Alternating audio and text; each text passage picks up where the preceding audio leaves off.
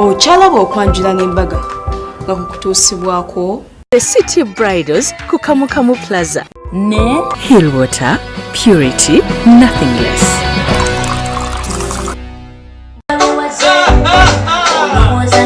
Ndio kokuli ya kumyonga yambadde ko mwesendala najja okufuna ebirabo.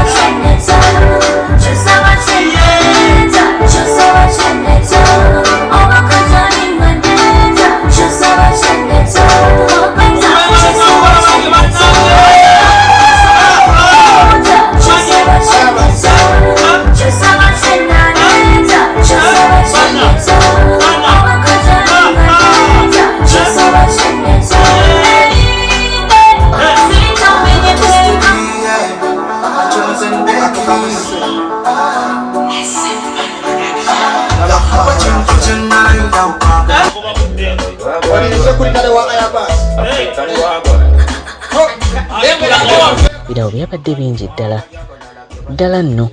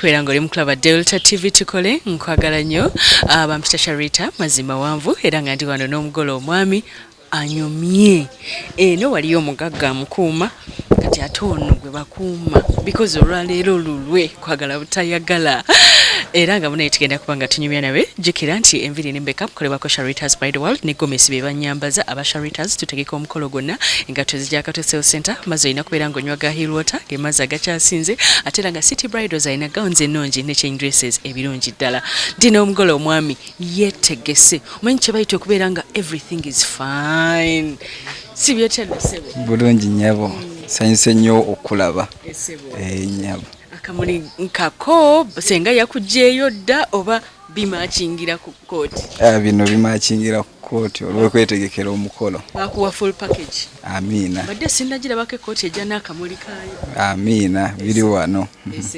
tuyanjulireko mu bikiwa byonna well nze Sempara Richard ndi health economist nkola ni Makerere University School of Public Health.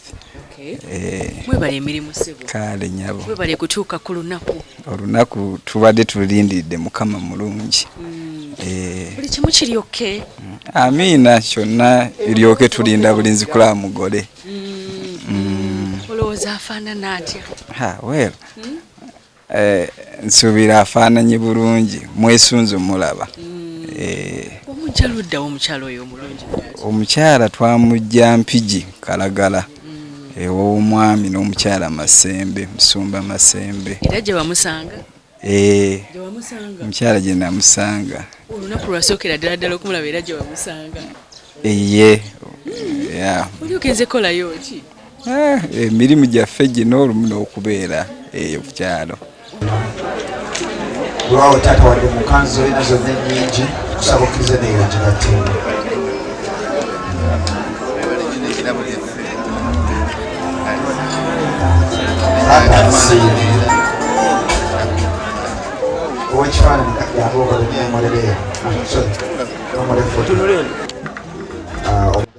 Bwatyo yawadde n'omuko enkoko era ng'eno enkoko omuko yagirya muganda w'omugole omukyalo omulenzi bw'abeera asimye abeera omuko wulira engalo ez'amaanyi bamanyeko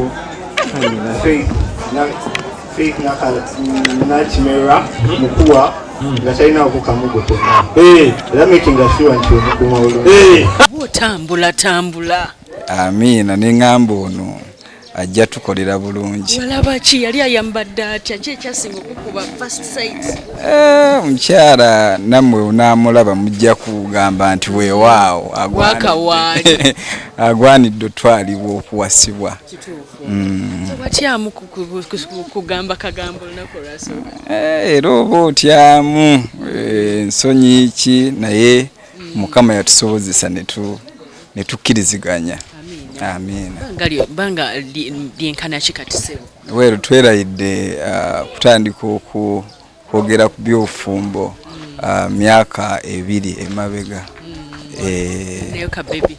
Tulinayo ka bebi akatoka keyinisa empala. Kale ssebo oyagala muweereza kayimba? Akayimba ke nandimuweereza aliwo kano ka Hildaman ne yali ne Juliana. Irene kabisa okamanya akayimba otyo nkamuweereza akayimba amiina olwo kamanyikeeko kabisa awe tuli. Lwaki muyita mugagga namukwata omukolo gwe ku TV twagendera mu nnyonyi bakanyanga gaba n'ennyonyi etwalabanera nga nagamba ne Sharita naye agenderako tulinnyabo si byotya nno nnyabo mugagga naye oli mwami mukakkamu ekikola otya? Munnaye baatukuza bulungi ate ne tubeera nga tutya Mukama Katonda omuntu yenna era wemba ne mukwano gwange nanga nti nze siina ddiini nsobola okukola kino oba okukola kino oyo nga twawukana oba omuntu atalina ddiini esaagala kukolagana naye nyawo. Kale ssebo oyagala gamba ki muganda wo mukwano gwo? Muganda wange Richard Sempala sooka okwebaza Mukama Katonda olw'ekirabo ky'obulamu kye yamuwa abeerawo ate akuze nga muntu mukkakkamu kyekimusinze ndowooza okumutuusa kati waali era tuli basanyufu kuba obeera ne baganda abo ng'olaba bakola ekintu ekifaanagana beekiti naawe kennyini oddamu amaanyi. Mwami wange mwagala nnyo nga wakoma okunjagala nze wentandikira. Abagole baffe yagala bagamba ki? Abagole baffe mulamu wange njagala beekuume nga ffe tubaddewo ne mwami Golola ebbanga lye tubaddewo mukyalagula tanobanga mukyalagula takubwa lyeddembe lyaffe ffe buli ssaawa tubeeranga bato. Mwenyweremu wali kabbiyo tubanga bato ayagadde ne yeetwalako awutu ebibyeyo twagala ne tugenda ffenna bwe tutyo n'abaana baffe. Abakyala nabo baye akagambo ko bagamba okubeezawo amaka gaabwe abakyala kyembagamba kwegamba bakwate abaami baabwe mpolampola si kubakaka kintu kubanga omukyala walaba nga mwami Gola aliwo n'omukyala Gola alina emmotoka mukyala Gola akola ki akaka bbaawe njange njagala ng'ekyo mukyala Gola kyayina muleke yerowooze. Kwagala nnyo tukyalini bannaffe aba Pure Water, Purity, nothing less. Ku mulundi ogwokusatu yagiddemu ekiteeteeyi kya red ne bamuwa empeta era n'asala ne keeki.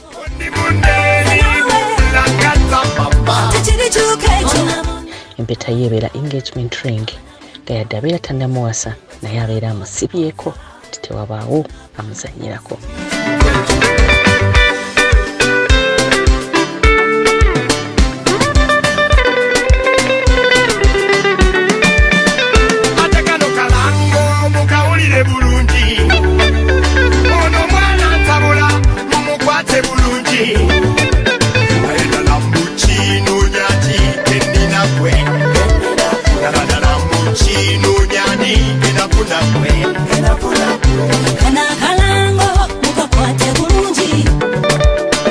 Ono mwana tabula, sinalunga mulu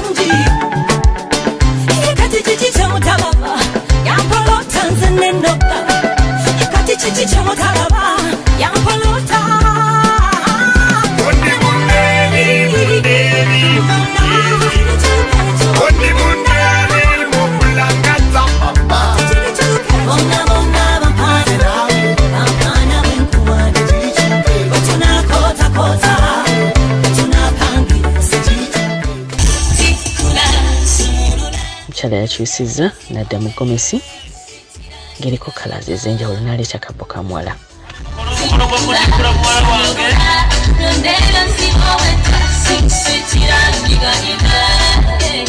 N'ebirabo eby'enjawulo bye yabawadde okubeebaza okubeera nga bazze ku mukolo. Tweyanzege muwalange muwa omuzinda alabeko n'ebigambo byayogera. Okusooka okwebaza buli sekinoomu azze ku lunaku luno olunaku lwaffe Faithinga Nyanjula Richard. Yes. Mwebale nnyo mwebale ddala kujja Mukama abaddezeewo byonna bye mukoze. Omukwano Richard nzize neetisse ettu lino. Ettu lino limanyibwa nnyini lyo erisinga. Mulimu emicungwa, mulimu apples, mulimu n'ebirala by'ojja okusanga ssebo. Tubaagala nnyo abantu b'ensangi Kitemu, Buddo, Namagoma, Mpigi, Kalagala, Kayabwe, oluguudo lw'e Masaka lwenna mwe bali kuleeta mikolo ku TV ekyasinze okulaga obulungi emikolo mu Uganda. Delta TV tukole. Nekusuubiza nti nja kudda 14 yatunaza Katonda nti tuze. Abe waffe baagatta ku ngalo ez'amaanyi obuntu obwo obutonotono bwokola twafuna omukisa ntugende ne tubaako abantu betusomesa okusomesa bikolwa ne batutonera ekirabo yaninganja kiwa mukyala wa olunaku olwaliro nga 14 Desemba Mukama bwe twateekateeka nga Bayibuli bwegamba nti omutima gw'omuntu guteekateeka naye Mukama yalungamya ebigere bye. Webale Mukama kubanga otuukiriza tukuwadde obujulizi tuli Katonda agabirira oli Katonda awa. Webale nnyo Mukama. Abaana bano tubateeka mu ngeri njawulo mikono gyo nga bategeka olunaku lwabwe ne bategeka ogenda mu kkanisa Mukama beera nabo. Beetaaga amagezi, beetaaga emikwano, beetaaga ssente, beetaaga obuyambi, beetaaga byonna emikwano egigasa. Mukama babeere, balabirire, bawe obulamu obulungi. Mukama weebale, okuteesa kubeere mu bo. Tukusiima Mukama olw'ekyo.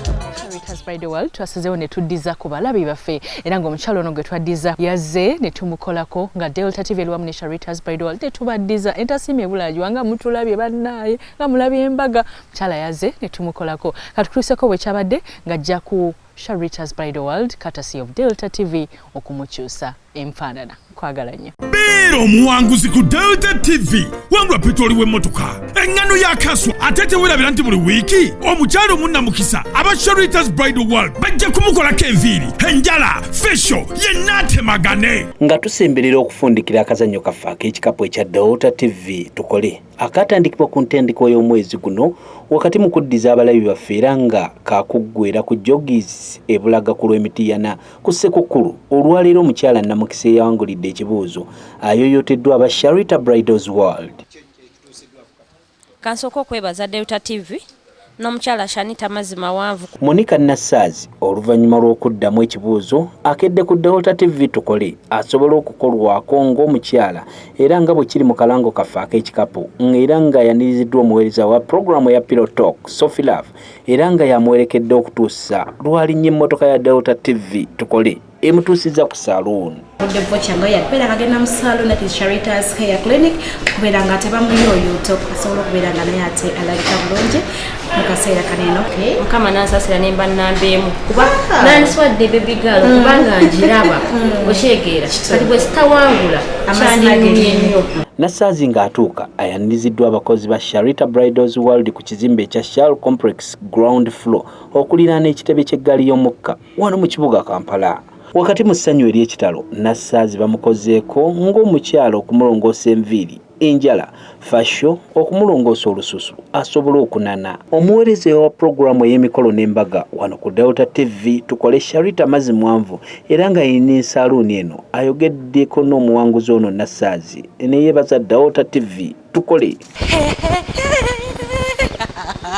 Olaba omukyala bwanyumye kale ne munaye Delta TV bwe kimuyagabudde mu kikapu mu kaseera kana ka Christmas ke lwamu ne SHARITAH'S by the world ne ddiza ku gwe omulabi waffe abeera agamba nti ze bane Monday mpaka Sunday beera ali mukulaba Delta programs. Charity akubiriza abantu okulaba Delta TV tukole n'okujjumbira enteekateeka zaayo naddala mu kiseera kino ekisigaddeyo baddemu ebibuuzo nga bajja mu bungi ebulaga ku joggies ng'ennaku z'omwezi 25 Desemba bawangula ebikapu ebijjudde obugule. Kakazannyo k'ekikapu kafundikirwa ku Lwakusatu olwa Ssekukkulu ku joggies ebulaga ku lw'emiti ya 4 abalabi n'abawanguzi gye bawangulira ebirabo enjolo. Delta TV tukole. Mu kaseera kano mukwano esawa yaffe esooka ebeerewedde era nga tugamba bwe tubeera tuwummulamu tubeera tugamba nti nywa muka Hill Water. Hill Water mazzi malungi, it's purity and nothing less. Hill Water yafuga awaadi zonna za Hill Water bannange lwaki oba tonywa mazzi gano aga Hill Water. Engoye gomesi nayambaziddwa Sharita's Bridal World. Tutegeka omukolo gwo gwonna mu lunaku lumu. Tulina gomesi, tulina ebiteeteeyi, tulina salon, tulina spa osobola okujja ne tukumassaging omubiri gwo gwonna. Tulina video n'ebifaananyi, music, cake, decoration, okufumba ate nga tulina ne salon n'okusomesa abaana enviiri. Sharita's Bridal World eri wali eri Nkuruma Road Wakoma ekizimbe bakiyita Sal Complex. Tutegeka omukolo gwo mu lunaku lumu. Genda ku City Bridals ofuneyo gawuni emu ne maids dresses za bwereere. Ali Kamukamu Plaza Quinte Road edduka namba GF34 engato nzija Kato Sales Center wano wentudde wenneeyagalira weewati bayitawo Malakai Ecolodge ekitende. Jangu mukwano olye ku fish, jangu owummuleko, jangu okolerewo ne wedding reception yo. Kati kene mbulango bwe tukomawo Christmas ejja kunyumira. Kwagala nnyo. Okyalaba okwanjula n'embaga nga kukutuusibwako The City Bridals ku Kamukamu Plaza ne Hill Water, purity, nothing less.